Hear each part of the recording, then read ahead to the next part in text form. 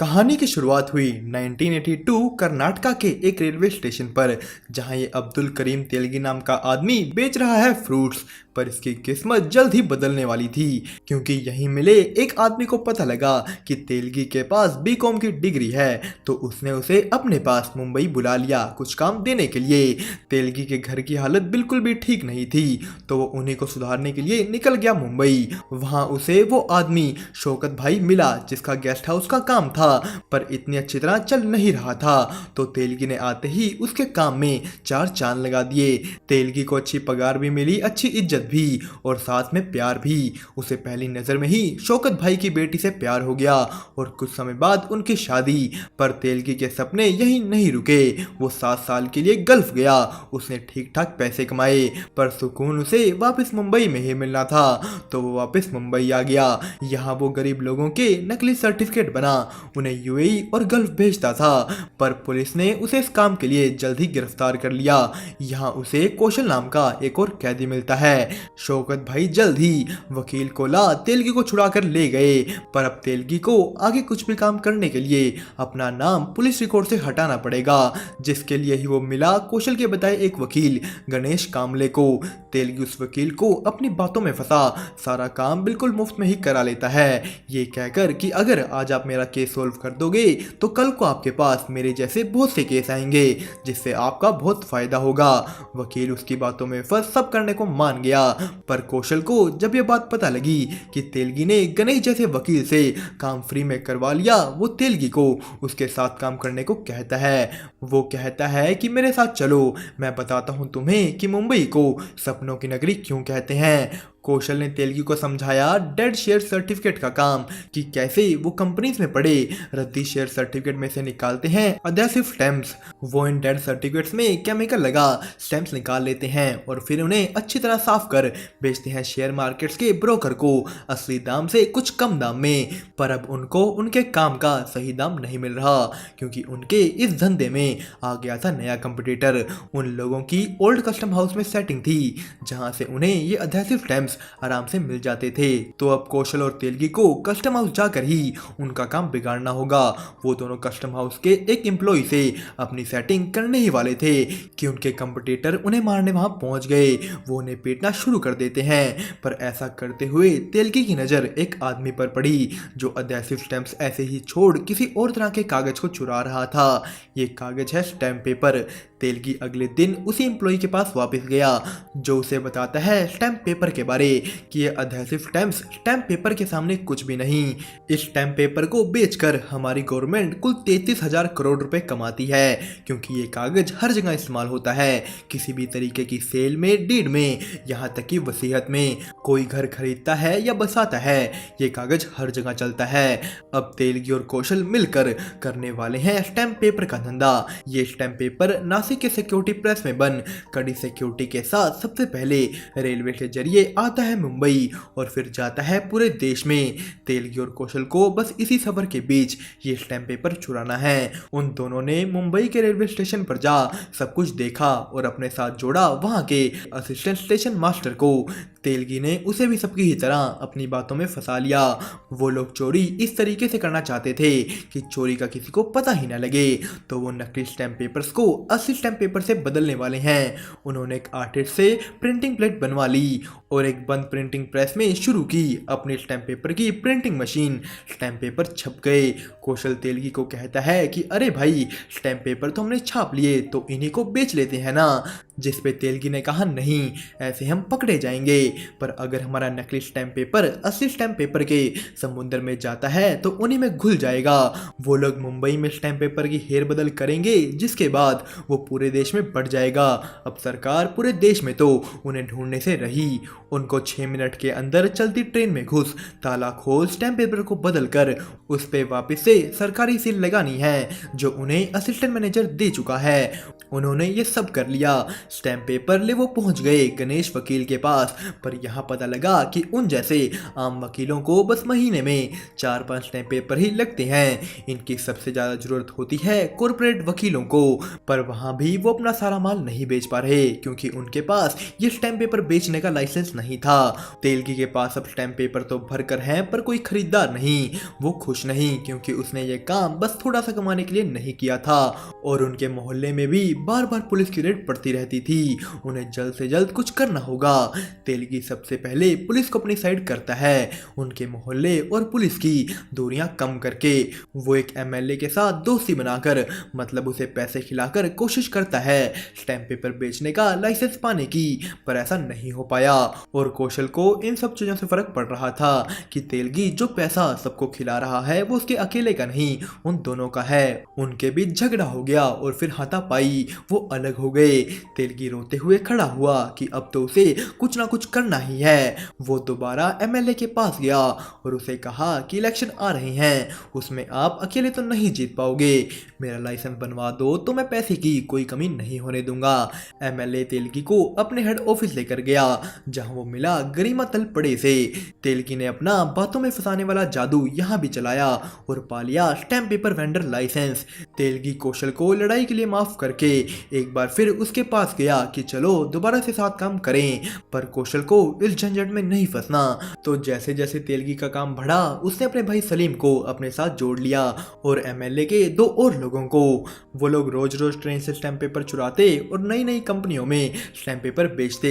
Telgi stamp paper के रूप में पैसा छाप रहा था और थोड़ा थोड़ा सबको खिला रहा था ताकि सारा काम ठीक तरीके से चले। तेलगी ने अपने परिवार के साथ छोटे छोटे सपने पूरे करने शुरू कर दिए जिससे सब खुश हैं और तेलगी बन चुका है सिस्टम का राजा।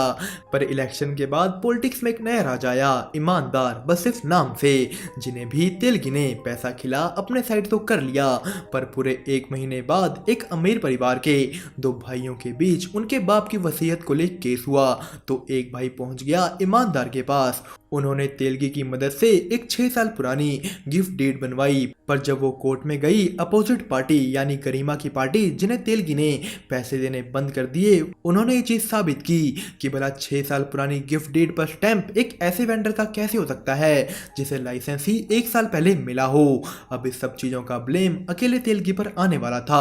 कोर्ट ने तेलगी का लाइसेंस कैंसिल कर दिया और उसे जेल भेजने का फैसला सुनाया, पर तेलगी इतना पैसा सभी जगह खिला चुका था कि वो फंसने के बाद भी आजाद है।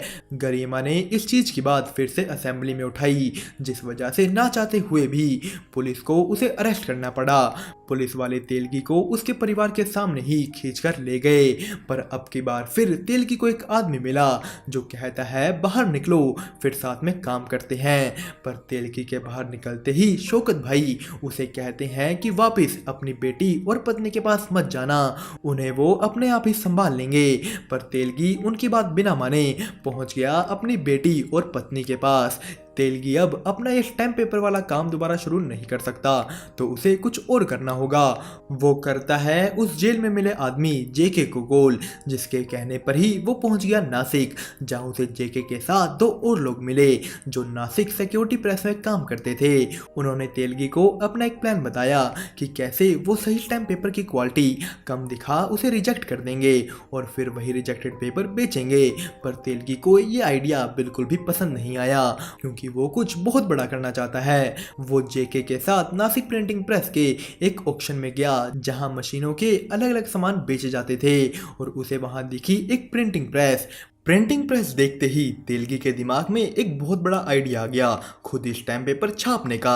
पर यह काम करने के लिए उन्हें अपने साथ जोड़ना पड़ेगा प्रेस के सबसे बड़े ऑफिसर वहां के डिप्यूटी मैनेजर मधुसूदन मिश्रा को, क्योंकि जब भी कोई प्रिंटिंग मशीन बंद की जाती है उसके पार्ट्स को मिश्रा और गवर्नमेंट ऑडिटर की देख रेख में अलग किया जाता है और मिश्रा की ही नज़र में वो अलग अलग कंपनियों को बेचे जाते हैं और सबसे जरूरी चीज प्रिंटिंग प्लेट्स भी डिस्ट्रॉय कर दी जाती हैं।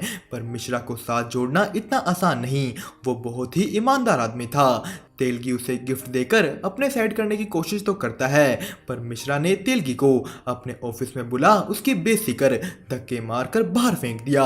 अब तेलगी को इस चीज का बदला लेना था। वो जानबूझकर अपने घर तक को गिरवी रख उस मधुसूदन मिश्रा का पैसे देकर प्रमोशन करवाता है, जिससे उसकी अकड़ खत्म कर सके। उसको ये एहसास हो कि जिस प्रमोशन के लिए वो 10 सालों से रगड़ रगड़ कर ईमानदारी से काम कर रहा है, वो तेलगी ने 2 दिनों में बस पैसे देकर ही करवा दिया। सब कुछ बिल्कुल तेलगी के हिसाब से हुआ। उसने मिश्रा को उसका ही प्रमोशन करवा तोड़कर रख दिया, जिसके बाद समझाने पर कि ईमानदारी में कुछ नहीं रखा मधुसूदन जी, हमारे साथ जुड़िए और अपना विकास कीजिए। मधुसूदन भी मान गया। उसने एक मशीन को खराब बता उसका ऑक्शन करवाया, जिसमें सभी पार्ट्स तेलगी के ही 5 लोगों ने अलग अलग कंपनियों के नाम पर लिए। और रही बात उन ओरिजिनल प्रिंटिंग प्लेट्स की, मिश्रा ने वो भी नकली से बदल दी और गवर्नमेंट ऑडिटर के सामने दिखा दिया कि प्लेट्स कट चुकी हैं।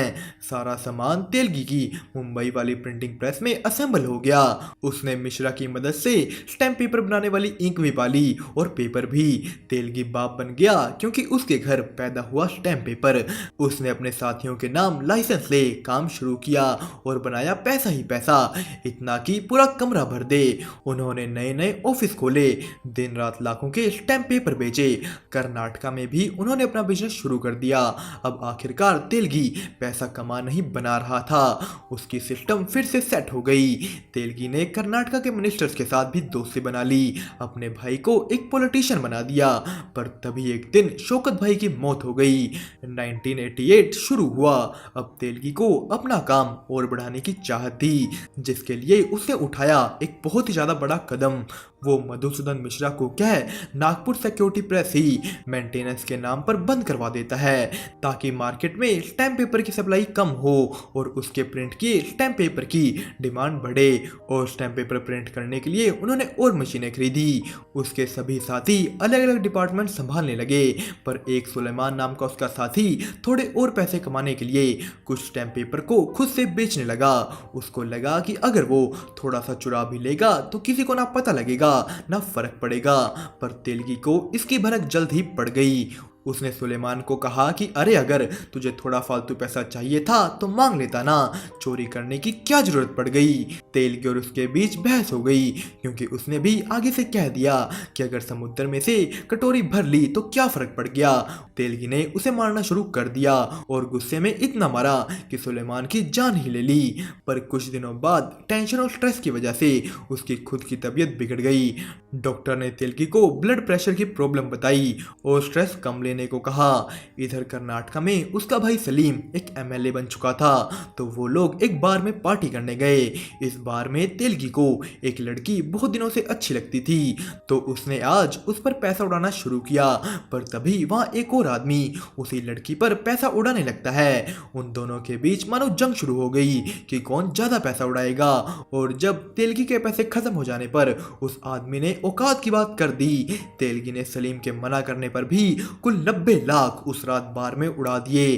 अभी तक सबको लगता था कि तेलगी के पास इतने पैसे नहीं हैं, पर इस राज की खबर बाहर जाने पर तेलगी के लिए काम कर रहे सभी आदमियों को पता लग गया कि उसके पास बहुत पैसा है और वो उन्हें तो बस थोड़ा सा ही दे रहा था। सभी ने तेलगी से और पैसा मांगना शुरू कर दिया और एक शो ऑफ वाली रात ने बिगाड़ कर रख दिया तेलगी का सारा बना बनाया सिस्टम। दोस्तों, स्कैम 2003 तेलगी स्टोरी का फर्स्ट पार्ट यानी फर्स्ट 5 एपिसोड की कहानी यहीं पर खत्म हुई। इसके नेक्स्ट एपिसोड रिलीज होंगे नवंबर के महीने में, जिनकी भी एक्सप्लेनेशन देखने के लिए बने रहे हमारे साथ मूवीज मैनिएक चैनल को सब्सक्राइब करके। दोस्तों, आज के लिए इतना ही। अब हम मिलेंगे आपको ऐसे ही किसी और वीडियो में, तब तक के लिए अलविदा।